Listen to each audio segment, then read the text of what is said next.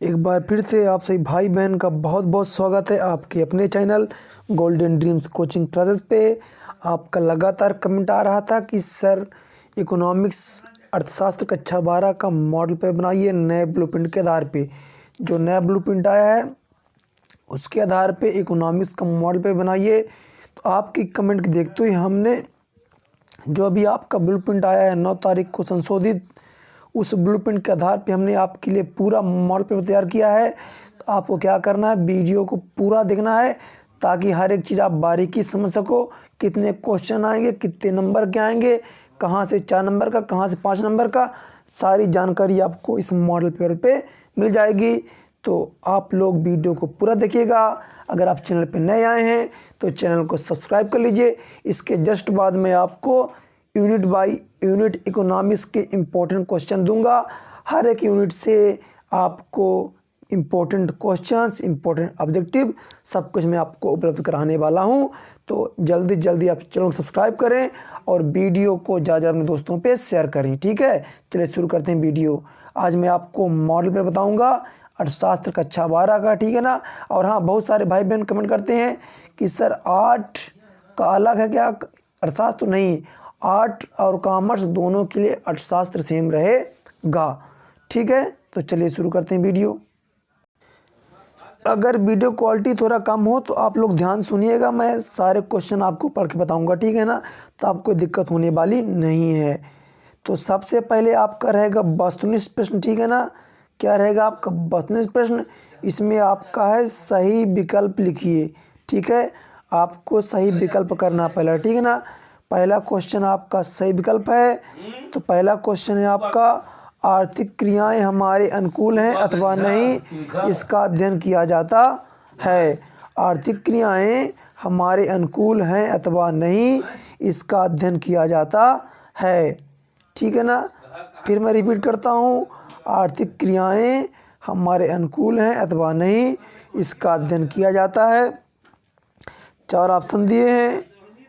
पहला सकारात्मक अर्थशास्त्र में, दूसरा आदर्शात्मक अर्थशास्त्र में, तीसरा है राजनीति शास्त्र में और चौथा नीति शास्त्र में, ठीक है ना।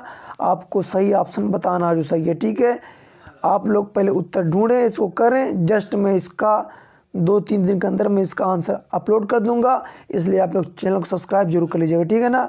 दूसरा हमारा क्वेश्चन आता है, यदि सीमांत प्रतिस्थापन दर निरंतर बढ़ रही हो तो अधिमान वक्र ऐसा होगा ना, अधिमान वक्र ऐसा होगा। 4 ऑप्शन दिए गए हैं, मतलब क्वेश्चन कर रहा है यदि सीमांत प्रतिस्थापन दर निरंतर बढ़ रही है तो अधिमान वक्र ऐसा होगा। कैसा होगा? तो पहला ऑप्शन नीचे की ओर ढलवा उत्तल, नीचे की ओर डबल अवतल, नीचे की ओर ढलवा सीधी, ऊपर की ओर ढलवा उत्तल। ये आपको 4 ऑप्शन दिए गए हैं, सही ऑप्शन आपको बताना है, ठीक है ना। क्वेश्चन नंबर 3 देखते हैं, तटस्थता वक्र का झुकाव रहता है, ठीक है ना। क्या है आपका? तटस्थता वक्र का झुकाव रहता है। तो कीमत अनुपात, घटता हुआ, घटता प्रतिस्थापन, सीमांत उपयोगिता। आपका क्वेश्चन है तटस्थता वक्र का झुकाव रहता है, कीमत अनुपात, घटता हुआ, घटता प्रतिस्थापन, सीमांत उपयोगिता, ठीक है। अगला क्वेश्चन देखते हैं। चौथा हमारा है, जब सीमांत उत्पादन बढ़ता है तो कुल उत्पादन, ठीक है। जब सीमांत उत्पादन बढ़ता है तो कुल उत्पादन गिरता है, बढ़ता है, गिर सकता है या बढ़ सकता है, स्थिर रहता है, ठीक है। 4 ऑप्शन दिए हैं, 4 में से आपको सही का आंसर करना है, ठीक है। फिर 5वां आता है, कौन सी लागत शून्य नहीं हो सकती है? कौन सी लागत शून्य नहीं हो सकती है?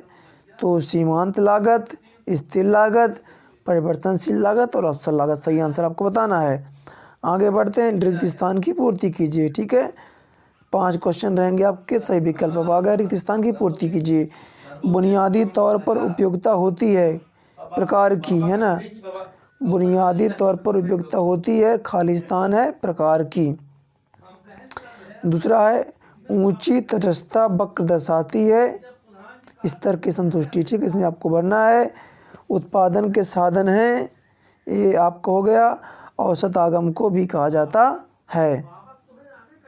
फिर खाते में भुगतान संतुलन सदैव रहता है, ठीक है ना, खाते में भुगतान संतुलन सदैव रहता है। फिर आ जाएगा सत्य सत्य, वस्तु विनिमय की कठिनाइयाँ मुद्रा से दूर नहीं हुई हैं। पहला है वस्तु विनिमय की कठिनाइयाँ मुद्रा से दूर नहीं हुई हैं, आपको सत्य से बताना है, ठीक है ना। दूसरा, मूल का हस्तांतरण मुद्रा का प्राथमिक कार्य है। दूसरा है मूल का हस्तांतरण मुद्रा का प्राथमिक कार्य। तीसरा है आपको इसमें बताना सत्य, ठीक है ना। तीसरा है भुगतान संतुलन सदैव संतुलित रहता है, भुगतान संतुलन सदैव संतुलित रहता है। पूर्ति वक्र दाएं नीचे गिरता हुआ होता है, पूर्ति वक्र दाएं नीचे गिरता हुआ होता है। पूर्ति तथा कीमत में विपरीत संबंध होता है। फिर आता है आपका एक शब्द या एक वाक्य में उत्तर बताइए, ठीक है। व्यापार संतुलन किसका अंग माना जाता है? व्यापार संतुलन किसका अंग माना जाता है? विनिमय नियंत्रण का क्या उद्देश्य होता है? एक देश की मुद्रा का दूसरे देश की मुद्रा में व्यक्त मूल्य क्या कहलाता है? फिर सरकारी बजट कौन प्रस्तुत करता है? न्यूनतम समर्थन मूल्य किसके द्वारा निर्धारित होता है? फिर आपकी सही जोड़ी है, ठीक है ना, आपकी सही जोड़ी रही। सही जोड़ी का उत्तर सामने लिखा गया है, ठीक है ना, ठीक है ना, कोई दिक्कत नहीं, आप सीधे इसका सही आंसर दिया, ठीक है ना। इसके सामने आपको उत्तर दिया गया, ठीक है ना, ये आपको जैसा है सही सही उत्तर दिया, ठीक है ना। जोड़ी पे आप कोई दिक्कत नहीं है।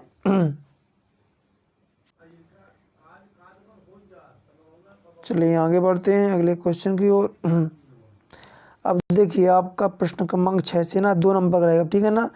अब ये 2 नंबर क्वेश्चन है आपका, ठीक है। पहला 2 नंबर क्वेश्चन क्या है? माग के आवश्यक तत्व क्या हैं? आपको बताना है माग के आवश्यक तत्व क्या हैं, ठीक है ना। माग के आवश्यक तत्व 2 नंबर क्वेश्चन है। इसके अथवा में रहेगा माग की लोच को प्रभावित करने वाले 2 घटक, ठीक है ना। अथवा में है माग की लोच को प्रभावित करने वाले 2 घटक, ठीक है। माग की लोच को प्रभावित करने वाले 2 घटक, ठीक है। 7वां क्वेश्चन है लगान किसे कहते हैं, है ना। यहाँ पे था कि माग की लोच को प्रभावित करने वाले 2 घटक, फिर लगान किसे कहते हैं सुधारने से, ठीक है ना। यहाँ पे आप सुधार लेंगे इसको लगान, ठीक है। क्या आपका लगान किसे कहते हैं? फिर है प्रशासकीय कीमत किसे कहते हैं, ठीक है ना। प्रशासकीय कीमत किसे कहते हैं?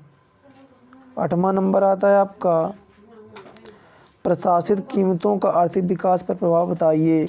प्रशासित कीमतों का आर्थिक विकास पर प्रभाव बताइए, अथवा एक निश्चित मजदूरी स्तर के बाद श्रम का पूर्ति वक्र बाईं ओर मुड़ जाता है। एक निश्चित मजदूरी स्तर के बाद श्रम का पूर्ति वक्र बाईं ओर मुड़ जाता है, ठीक है ना। 8वां क्वेश्चन हो गया। 9वां आपका सकल घरेलू उत्पाद से क्या आशय है?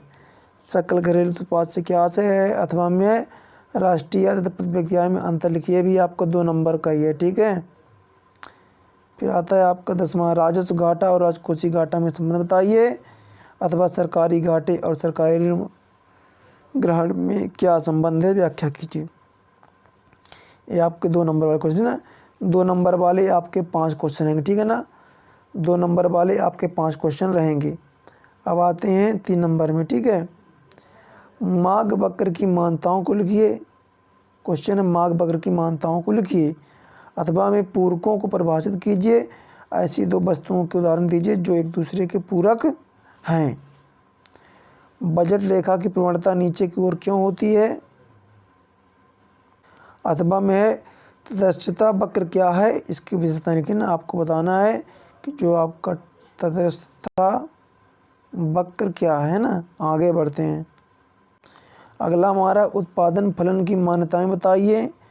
उत्पादन फलन की मान्यताएं अथवा उत्पत्ति ह्रास नियम की क्रियाशीलता के कारण स्पष्ट कीजिए, ठीक है ना। उत्पत्ति ह्रास नियम की क्रियाशीलता के कारण। फिर लास्ट है आपका 3 नंबर वाला तरलता पास क्या है? तरलता पास क्या अथवा वस्तु विनिमय प्रणाली की कठिनाइयाँ लिखिए, है ना। अब आपका 4 नंबर शुरू हो जाता है। तो पहला क्वेश्चन है आर्थिक क्रियाओं तथा अनार्थिक क्रियाओं में अंतर लिखिए, ठीक है ना। आर्थिक क्रियाओं तथा अनार्थिक क्रियाओं में अंतर। फिर अथवा में आपका है कि केंद्रीकृत योजनाबद्ध अर्थव्यवस्था तथा बाजार अर्थव्यवस्था में अंतर, है ना। क्या है आपका, मैं लिख देता हूँ कि केंद्रीकृत ना, केंद्रीकृत, ठीक है, योजनाबद्ध अर्थव्यवस्था तथा बाजार अर्थव्यवस्था के भेद को स्पष्ट कीजिए। फिर आता उत्पादन कार्य क्या है, इसके आवश्यक तत्वों का उल्लेख कीजिए, ठीक है ना। उत्पादन कार्य क्या है, इसके आवश्यक तत्वों का उल्लेख कीजिए। फिर पूर्ति के नियम के बाद लिखिए, 4 नंबर का, ठीक है ना। पूर्ति के नियम के बाद लिखिए कोई 4, ठीक है। आगे बढ़ते हैं। यदि वास्तविक सकल घरेलू उत्पाद 5 सवाल है आपका कि यदि वास्तविक सकल घरेलू उत्पाद 500 रुपये है तथा कीमत सूचकांक आधार 100 125 हो तो सकल घरेलू उत्पाद ज्ञात कीजिए, ठीक है ना। अथवा में राष्ट्रीय आय तथा राष्ट्रीय संपदा में क्या अंतर है समझाइए। आपको राष्ट्रीय आय और राष्ट्रीय संपदा में अंतर बताना, ठीक है ना।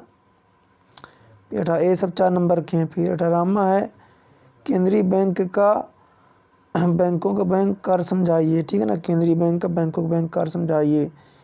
व्यापारिक बैंकों का कार्य लिखिए, ठीक है ना।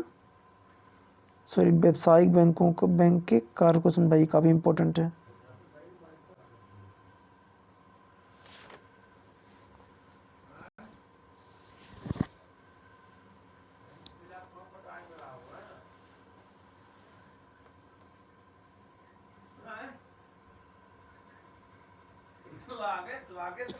ठीक है ना। तो इस तरह से आप इनको कर लीजिए, ठीक है ना। तो यहाँ पे साफ आ गई है क्वालिटी आपकी, इनको आप आराम से कर लीजिए, ठीक है ना। ये आराम से आप इनको कर लीजिए, ठीक है। आगे बढ़ते हैं। फिर आपका उपयोगिता की प्रमुख 4 विशेषताएं बताइए, ठीक है ना। उपयोगिता की प्रमुख 4 विशेषताएं बताइए अथवा सीमांत उपयोगिता तथा कुल उपयोगिता में अंतर। ये सब आपके 4 नंबर वाले हैं, ठीक है ना। मार्क का अर्थ बताइए और मार्क का औसत तत्व लिखिए, ठीक है। मार्क का अर्थ बताइए, मार्क के तत्व और मार्क के नियम की व्याख्या कीजिए, ठीक है। मार्क के नियम की व्याख्या कीजिए। नित्य आपके हो गए। ये आपको 19वां नंबर छूट गया था ना, इसको भी आप नोट कर लीजिए, ठीक है ना। 19वां नंबर,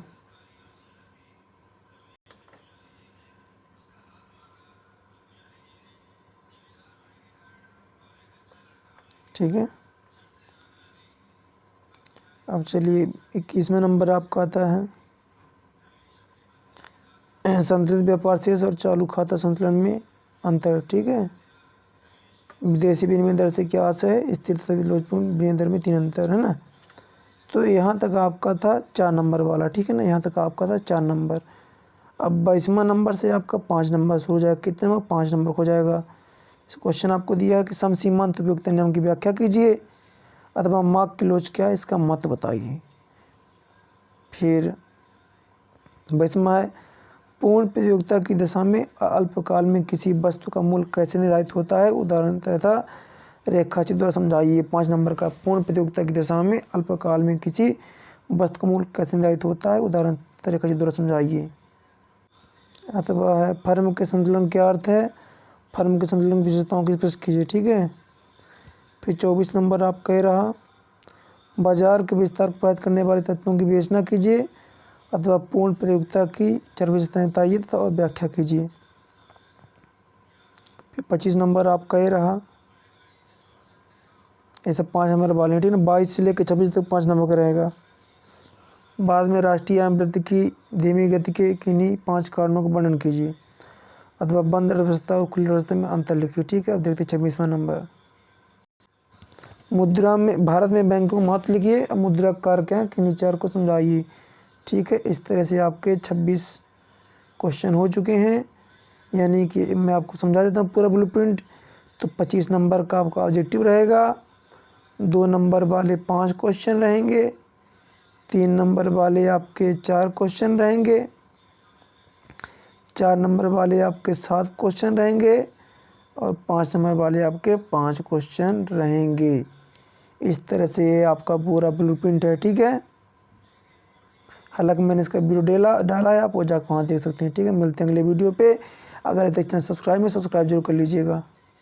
इसका मैं PDF डाल दूँगा टेलीग्राम चैनल पे, वहाँ से आप डाउनलोड कर लीजिए। लिंक मैं दे दूँगा, वहाँ से आप टेलीग्राम ज्वाइन कर लीजिए।